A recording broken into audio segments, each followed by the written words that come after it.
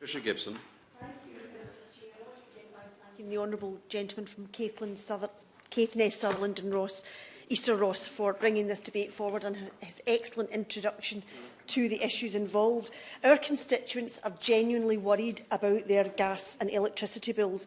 In Scotland, 640,000 people, that's 1 in 7, find that energy bills are unaffordable at the moment. And those bills, of course, as we know, are only going to rise.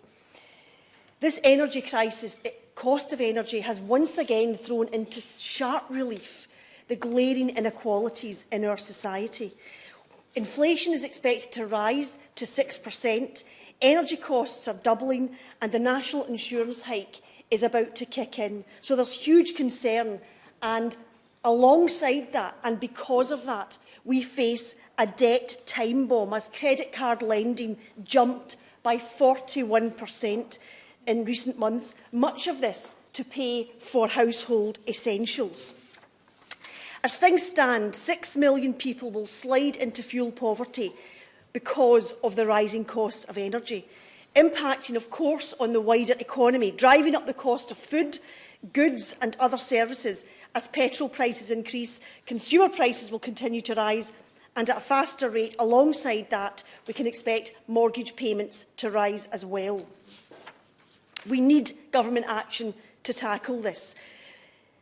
This is real and crushing my constituents in North Ayrshire and Arran. We've heard today about the need for VAT on energy bills and the warm home discount to be cut to offer some respite to those who are struggling right now.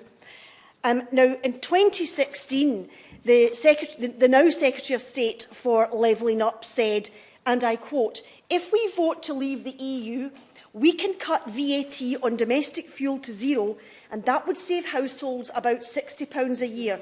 And that will help," he went on, "that will help the poorest families most of all." So let's ask the Minister to do what his government promised that they could do and would do.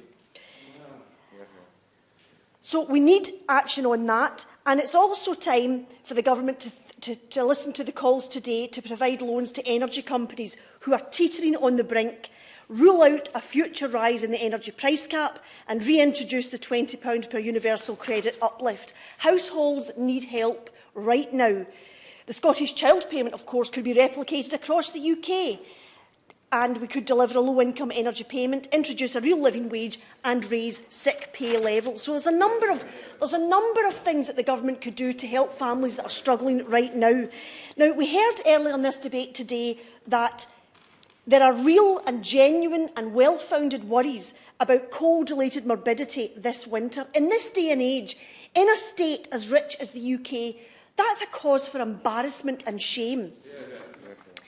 Even the Secretary of State, of course, has admitted that, and I quote, it was a mistake. The Secretary of State for Business admitted it was a mistake to close off the storage sites which it withdrew support from, because, of course, we know that although these issues are global and there's many global factors at play, not having sufficient storage for energy leaves the UK much more exposed to price shocks than it needs to be, and we have the lowest storage capacity in all of Europe, 1% of all of Europe's storage capacity. So any kind of protection we might have had from dramatic price shocks has been given away by this government. So that really is not acceptable either. The UK, of course, is going through this whole situation in the context of suffering the worst levels of poverty and inequality in North West Europe, with in-work poverty at record levels this century. So really, I mean, we really need to get a grip here and listen to what the problems are from our constituents. We need fundamental and radical measures to protect our constituents. Our constituents, some of them have no idea how they're going to cope with these price rises that are hitting their doorsteps. You know, and we've heard about the differentials in distribution and cost for transmission costs for energy. That needs to be tackled. When will it be? We need an equitable energy policy that works for all consumers. And I'm looking forward to hearing the Minister's response. Yeah.